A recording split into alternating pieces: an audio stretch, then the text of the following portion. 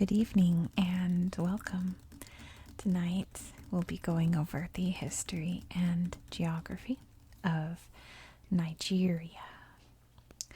And just a quick note, my eczema's really bad on my hands lately, so I'm wearing my pretty moonstone here to distract you from it. So that's why that's there.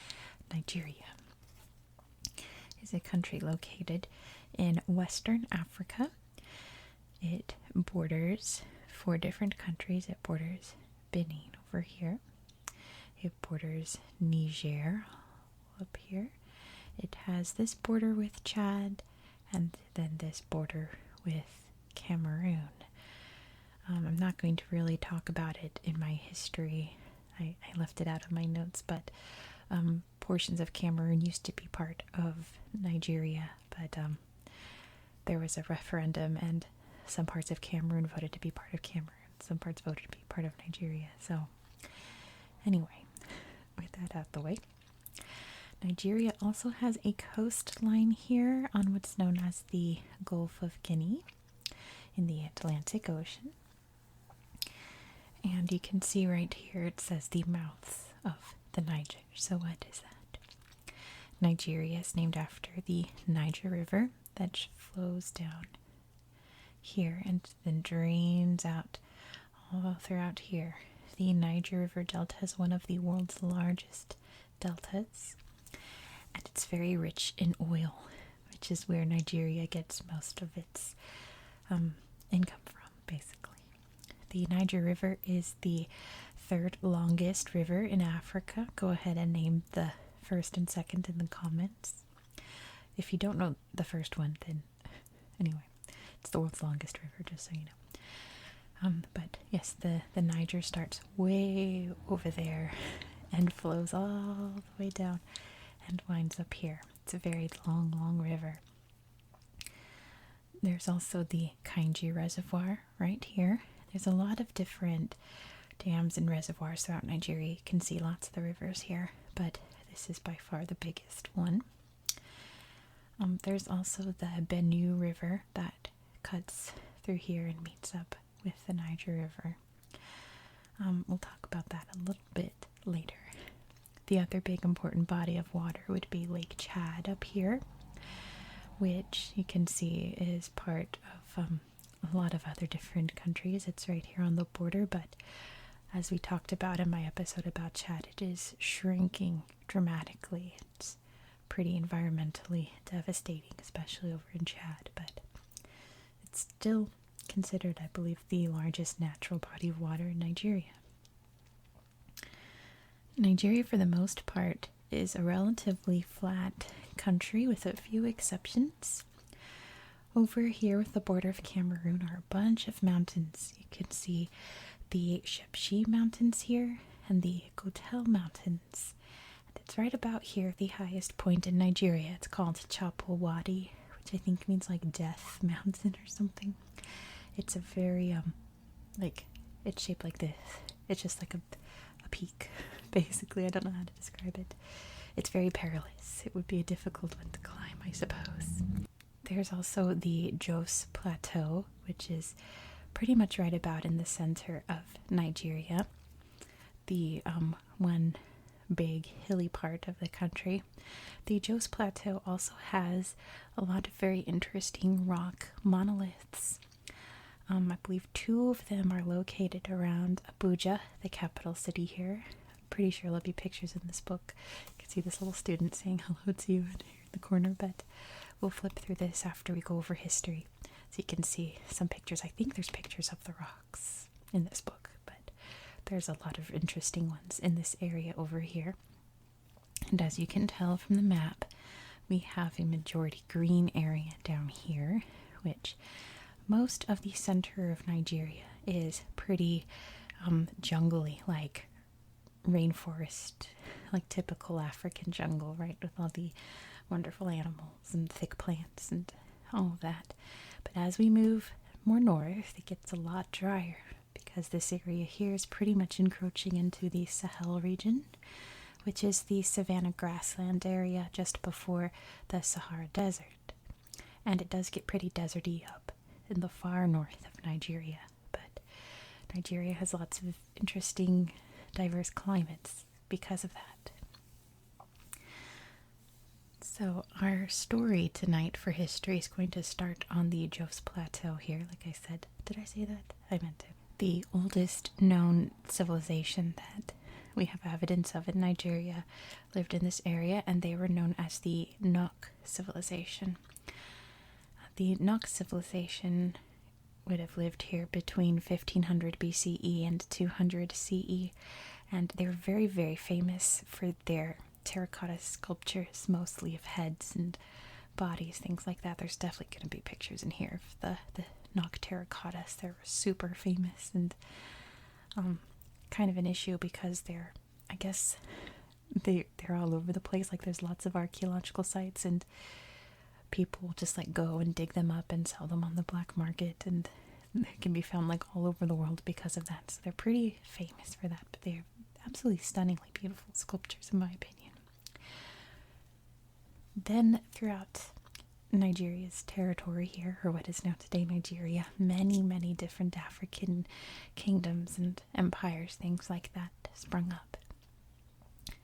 So I mentioned the Benue River down here, which essentially cuts the country into 3 sections. Now, there are many different cultures all around Nigeria today. There are over 500 languages spoken in Nigeria, but the 3 main dominant ethnic groups that we're at least going to talk about tonight would be the Hausa groups, which encompasses a lot. There's like the Fulani, what have you. They'd be all up here in the north. In this area, we'd have the Yoruba, and down here we'd have the Igbo. So starting up in the north with the Hausa states, it would have rose to prominence around the late 10th century, and they were a Muslim-dominated culture. I was reading some information about how one of the queens married an Arab trader, was it? Or someone from like the Arab world over there, and introduced Islam, and it spread. Not sure if that's how it started, but that's what I heard. At this point in history, their main center was in Kano, but we're also going to talk about Sokoto very soon in its history. Down here in the Igbo territory, we had the kingdom of Nri, which was, I don't think it's on this map, but it's like around here or so, near the delta. They've always been down in that area, and that would have rose up around the 10th century. And there are quite a few different Yoruba kingdoms. Ife was the biggest one, which I also don't think is on this map. It would have been around here or so, but Oyo is on here. That's another one. And this area has always been very kind of like sacred to the Yoruba people, and still is today. A very interesting culture, in my opinion.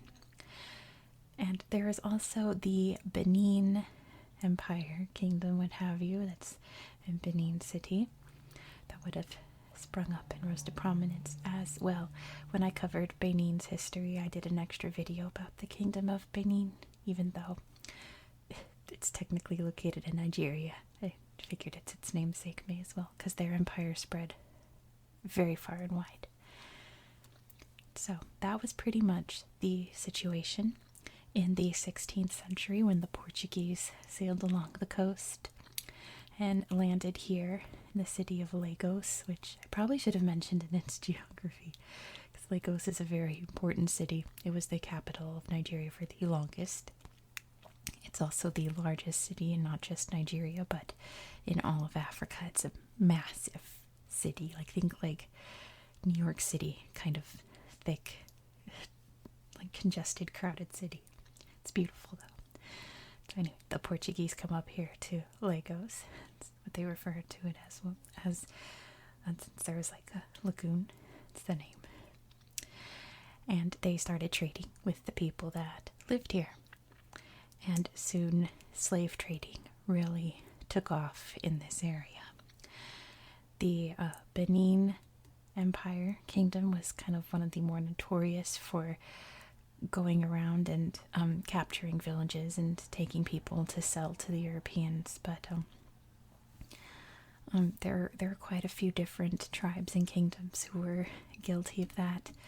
And that was something that existed long before European contact. That was just kind of the way of life. But what was different was the shipping them in inhumane conditions across the ocean to work grueling jobs. That's not quite what was happening to people before the transatlantic slave trade. But anyway, meanwhile, in the 19th century up north, a man named Usman Dan Fodio launched a jihad against the Hausa kingdoms, wanting to make them, more Islamic, I suppose, and not as much like African-infused culture.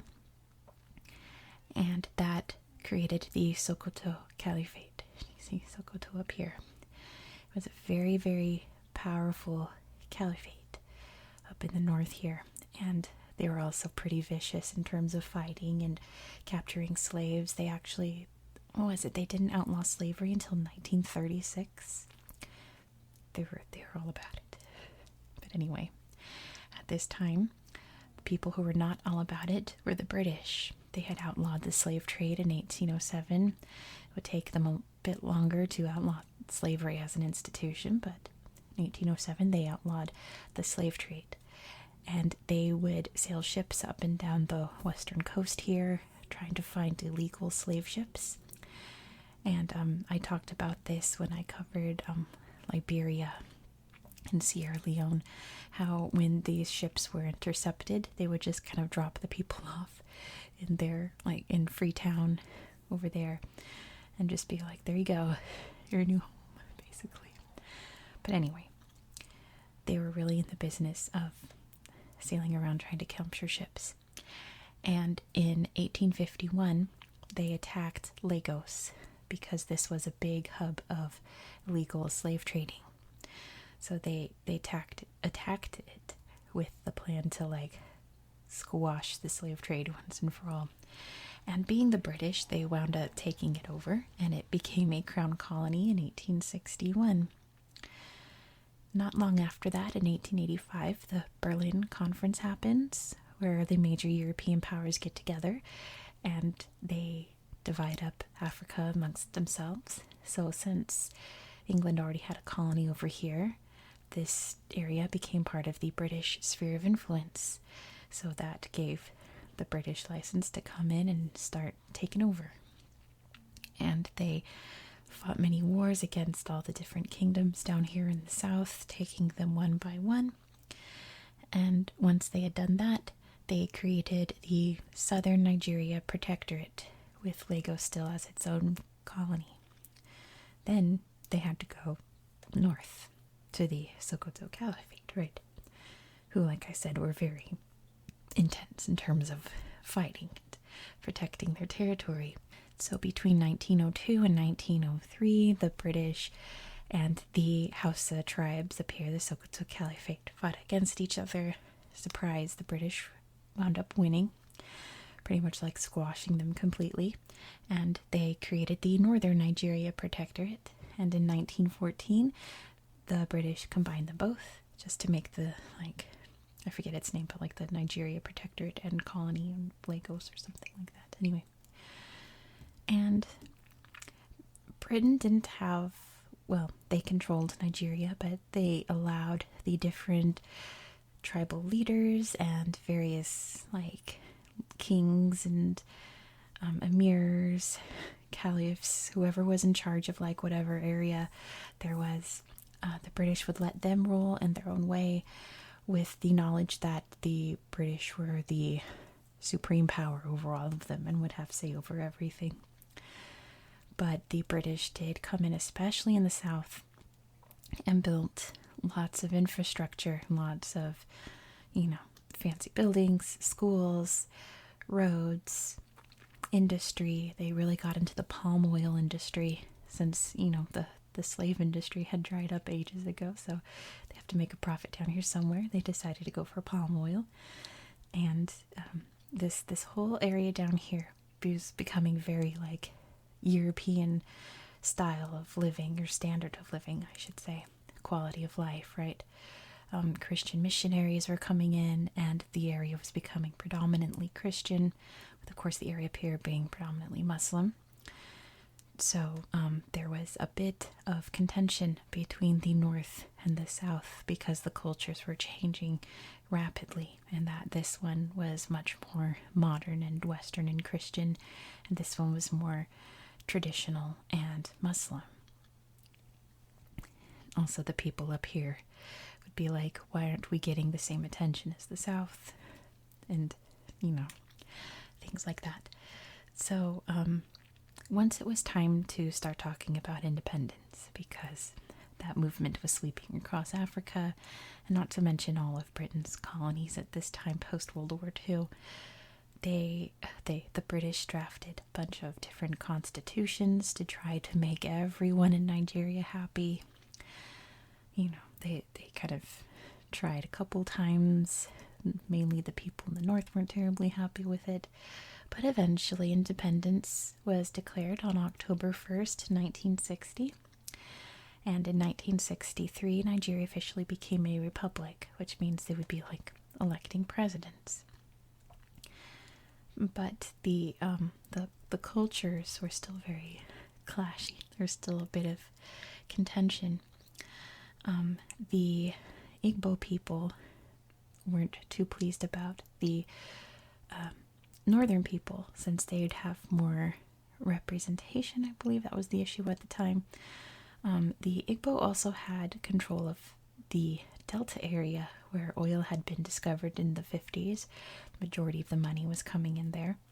So, but it basically boils down to, I think from the 1960s to the 1990s, I'm just going to summarize the events in Nigeria to make it less complicated and as relaxing as possible, because it was not a very relaxing time in Nigeria. There was a coup, January 1966, launched by Igbo soldiers taking over the government. And a few months after that, there was a counter coup by the northern soldiers against the Igbo soldiers. They took over the government. And in 1967, this region decided that they were going to declare independence. They were going to become the Biafra region, and the rest of the country said no, especially the northern people who were in charge, and that led to the Nigerian Civil War that lasted from 1967 to 1970. It was a pretty bad one, especially for the people down here. A lot of their food supplies were cut off, and there was massive amounts of starvation. It was very devastating to the people living there, not to mention all of the fighting all throughout Nigeria. However, once the dust settled from the Civil War in the 1970s, Nigeria had a big oil boom that was funneling lots of money into the government. And when you have a lot of money coming into a brand new government, especially one that had been overthrown in a coup, you get a lot of corruption. So like I said, I'm going to summarize the following events briefly and relaxingly. I'm not going to list any names of dictators or generals or anything, just to keep it not as complicated. My video tomorrow is going to be a whisper video. I'll talk about it there, and I'll mention the big players when we flip through the book. You'll see their pictures. So just for the sake of time and relaxation, there was a coup in 1975, which the events of that led to a coup in 1976. That administration held did they hold an election? No, they didn't.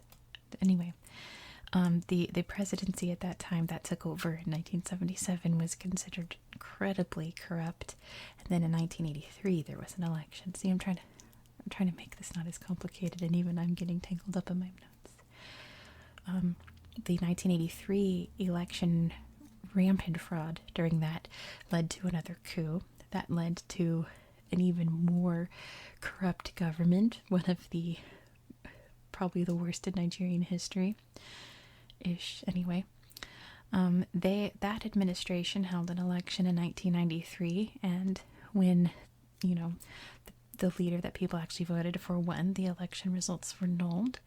That led to mass outrage, in which the leader stepped down so another politician could come in, and he was even more corrupt. Probably like a close tie with like one of the worst leaders of Nigeria. But he died very suddenly in 1998. He was believed to have been poisoned, and I think there was just an election that had happened or was just about to happen, something like that. But he died. So another leader stepped up. He led an election in 1999, which actually came through, and democracy finally existed in Nigeria after a very long rule of really horrible dictators who basically just took all that oil money and lined their pockets with it and left the majority of the country to go without a lot of things like food and decent infrastructure, you know. So finally in 1999, Nigeria has democracy. And thankfully there has not been that level of government, like corruption, but there is lots of government corruption still in Nigeria. I won't go into the details of that, but yeah, it's still, the government's still considered pretty corrupt, but not to the point where like the government's getting overthrown, all that horribleness. The main issues happening in Nigeria since then would be the terrorist organization Boko Haram that sprung up in the north in 2010, like an extreme, like jihadist Islamic group. So Nigeria's been avidly fighting against that. And there's also been oil spills down here, just sort of like mismanagement and destroying the environment, of course. It's really devastating. And I almost don't want to mention it, but when a lot of people, especially where I live in the US, you hear Nigeria, you think about the Nigerian princes that you've gotten emails from offering you millions of dollars in exchange for a couple hundred. You know, that's an issue in Nigeria, those kind of scams. There's all different kinds of scams that tend to operate out of Nigeria, but anyway, that's pretty much like the major issues happening around Nigeria. What I didn't mention was, I said before that Lagos was the capital for the longest. It was moved to Abuja in the 70s to try to help out with that ethnic tension, because, you know, it was down here in the Yoruba section, technically. So if it's in the center, then it's more centralized, as things in the center tend to be. But for the most part, that's about it for the history of Nigeria. It's a very complicated but very interesting history, in my opinion. So let's flip through this book and look at some pictures of Nigeria. Really interesting country. Look at this guy. He's so cute. It's a drill. That's what they're called. Just a note, I follow this dressmaking company on Instagram that operates out of Lagos. Oh, look how sweet. They design mostly children's clothes, but they design like 1700s French period pieces for little children. So it's pictures of like little 4 or 5-year-olds wearing like Marie Antoinette clothes, basically. I love that account. It's so neat, and the lady that runs it's really nice too. And that runs out of Lagos, like I said. Here's a big map of Nigeria. That's what I think when I think of Nigeria. I think of that Instagram account I follow. I don't think of any scams or anything. It's the happiest police officer ever directing traffic. Oh, how beautiful. This is the Gurara Falls. Really, really beautiful waterfall. I need to slide my pencil over before I roll it off the desk. There's the river. And the physical map. Let's see what we've got. You can see the savanna areas, the Jos Plateau, the Sokoto Plains. There's the Sahel Savanna, the mountains down here, all the rivers. Very beautiful place. We're traveling down the river. Here's the Kainji Dam. And here is a satellite view of the Niger River Delta. Isn't that incredible? The big mountains in the southwest. We've got some cities down here is Lagos. You can tell because it's a massive city. And let's see, this would be the Emir's Palace in Kano. And up here we have some people braving this dust storm, it looks like. Ugh, can't imagine. The Jos Plateau region. So gorgeous. Very, very beautiful. A big old baobab tree up in the north. And this is the national flower. Isn't that beautiful? It's the Costus spectabilis. Really cool. Here's what I mean, the jungly rainforest kind of thing. That's what I'm talking about. This person's gathered a bunch of sticks. We've got some sweet animals here in the national park. And the little crocodile peeking up in the water. A hartebeest. Isn't that beautiful? Look at those maleficent hearts.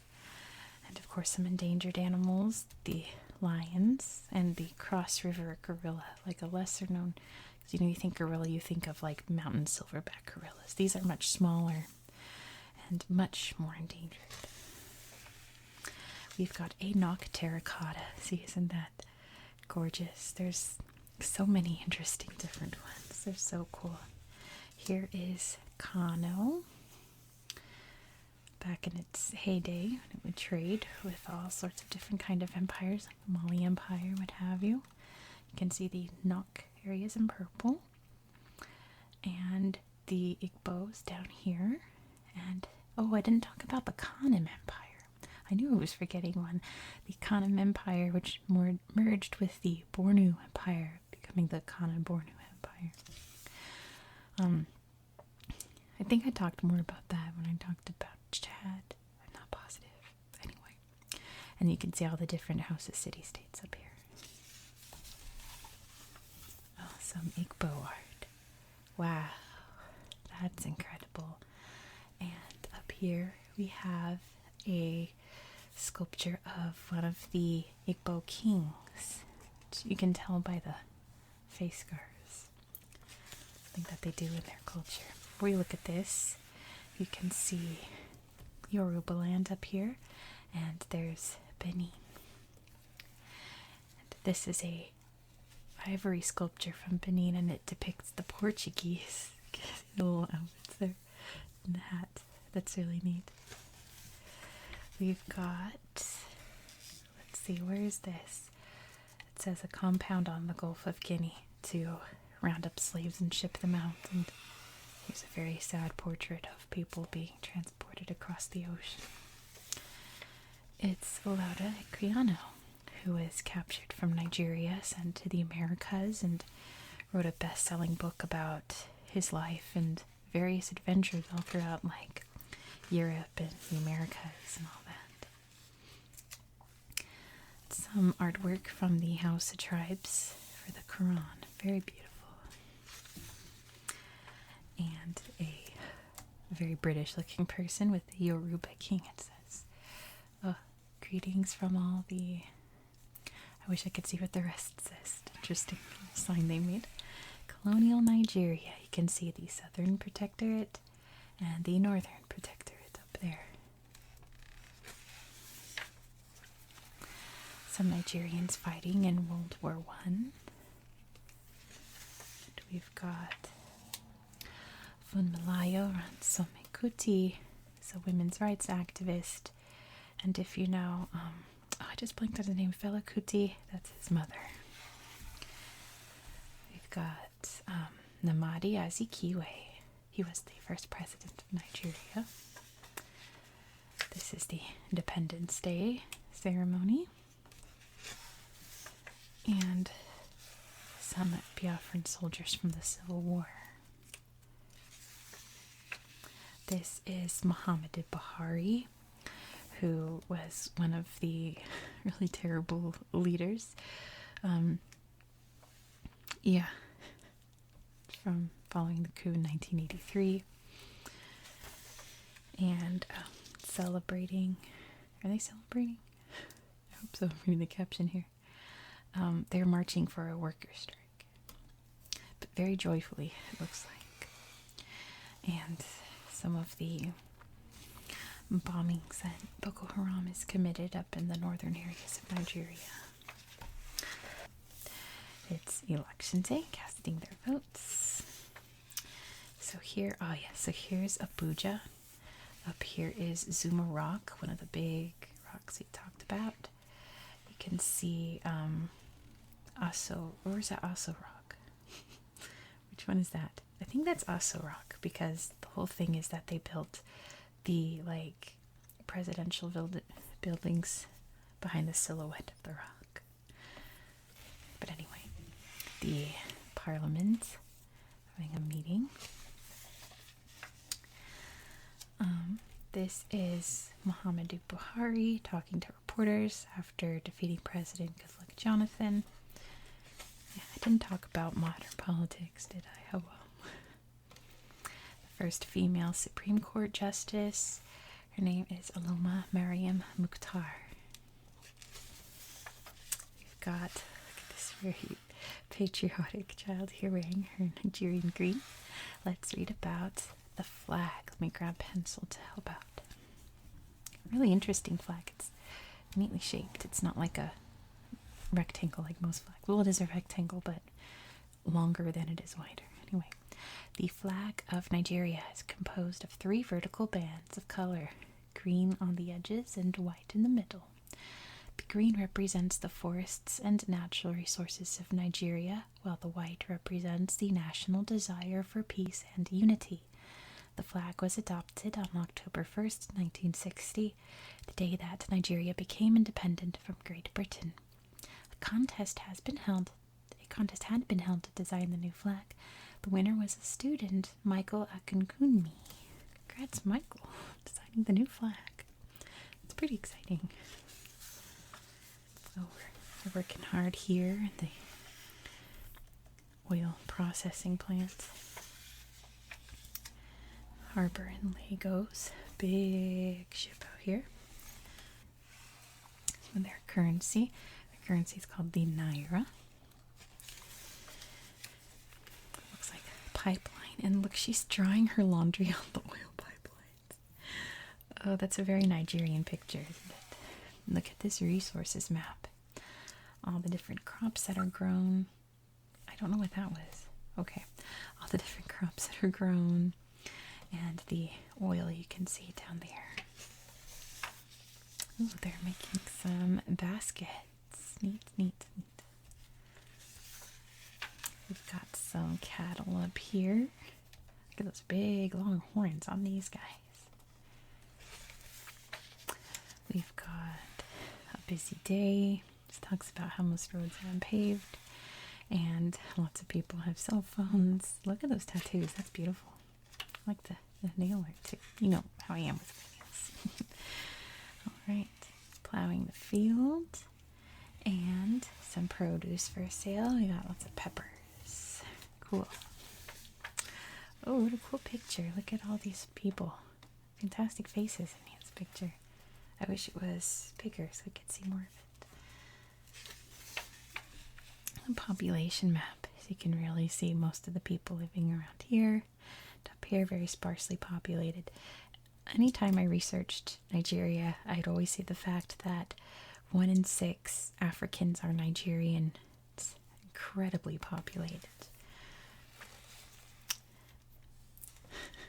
The whole family's out for a ride. That's really cool. Oh, we're getting a health check at the doctor's. Making sure we're staying healthy. Oh, what a great face. Reading the cow says he's Fulani. And a Yoruba woman with some very sweet looking babies. And oh look, a dominant languages map. So you can see all the different languages that are spoken throughout Nigeria. But like I said, there's over 500 languages that are spoken. English is the official language though, since it was a British colony, you know, that gets left over. Oh, what's happening here? It looks like they're nurses doing some injections or shots or something. Now, time for prayer. Of course, this is the religion chapter. Look at this distribution, right? Christian, Muslim. And this is the Yoruba people in the Osun River, which, you know, like I said, it's a very sacred area to the Yoruba people. And this river is named after their main goddess, Osun, and it's very, very sacred. Time for prayer. Praying in a church. And it's Eid al-Fitr, big celebration day, as you can tell by their faces. And oh dear, religious conflict still going on, but not to the extent that it used to be. But you know, there are extremists out there having a celebration, playing some drums, instruments. The talking drums, where they can beat the drums in such a way that it sounds like a voice. Here's Fela Kuti, very famous musician from Nigeria. Ooh, a very traditional musician from Nigeria playing that. And look at that, a bronze carver, just like, you know, people have been doing for hundreds and hundreds of years in Nigeria. Yoruba sculpture, there you go, and a really beautiful mask from the Idoma culture, it says. Some beautifully dyed cloth. Let's see that detail. Oh my, that's fantastic. I love that. And look at this guy, he's like, I've been dyeing all day. You did a fantastic job. This person's proud. Look at this. This is a mask from the Igbo culture. That is stunning. Oh, what craftsmanship. At the National Museum, looking at some modern art over here. And this guy's working very hard wood carving. And we've got an author, Ben Okri, and a very famous author, poet, Wole Soyinka was a Nobel Prize winner. Right? That's the one I'm thinking of, right? I'm reading the thing. Didn't he win the Nobel Prize? I don't remember. It doesn't say in here, but I thought he did. Anyway. Outside their little house here. Their garden out here. Oh, wow. Looks like it's saying down here the electricity went out, so they're selling by candlelight. And this guy's got some wares for sale in his little cart. And they're getting some rainwater to take back home. Doesn't look too happy about it. It seems like a really terrible chore. Ooh, we've got some jollof rice, which is predominant all throughout West Africa. Pretty much every West African country / culture has their own recipe for jollof rice. And of course, theirs is always the best, right? And some coconut rice too. Ooh, roasting some meat. Awesome. And they're working very hard at school, aren't they? Learning about animals. Very hard. Really paying attention there. Of course, soccer is a huge sport in Nigeria, as it is throughout most of the world. And many different Nigerians have made it to the NBA in America. Oh, that's the end of our book. Darn. Isn't that interesting, though? I've loved researching Nigeria. It has been a treat to learn more about this country. And like I said, I have a whisper video for you tomorrow about Nigeria, so be sure to subscribe so you don't miss out. Thank you so much for watching. I do hope that you found this video relaxing and educational, and I hope that you have a very good night. Good night. Good night.